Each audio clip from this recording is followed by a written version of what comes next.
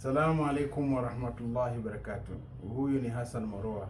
Kwa vile tuko katika mwezi wa Ramadhani, naona ni wakati mzuri wa kuchukua fursa hii kueleza masala mawili matatu kuhusu mfungo wa Ramadhani, na nafikiri nitatumia vitabu viwili. Kimoja ni Fiqhul Muyassaru min al-Qur'ani wa Sunna, yani fiqhi ambayo imepetwa, yani imefanywa ndogo kwa ufupi. Pia nitatumia kitabu Fatawa al-Islamia. Fatawa al-Islamia ni mkusanyiko wa fatwa ambazo zilifanyika kule Saudia, Maka na Madina.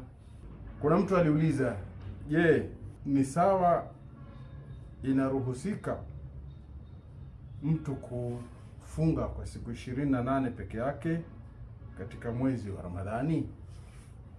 Jibu, asema imethubutu kwa kuangalia hadithi nyingi kutoka kwa Rasulullah sallallahu alaihi wasallam kwamba mwezi hauwezi kuwa chini ya siku 29. Ikiwa imethubutu kwa kutumia njia za kisawasawa za Islamu na sheria zake kwamba mwezi wa Shawwal umeingia baada ya Waislamu wamefunga siku 28, inamaanisha wazi kwamba walianza kufunga wakati ambao siku ilikuwa ishaanza. Kwa hivyo, kwa ajili hiyo, hukumu ni kwamba ni lazima wafidie hiyo siku, yani lazima warudishe hizo siku, kwa sababu haiwezekani kwamba mwezi una siku 28. Mwezi unaweza kuwa wa 29 au siku 30.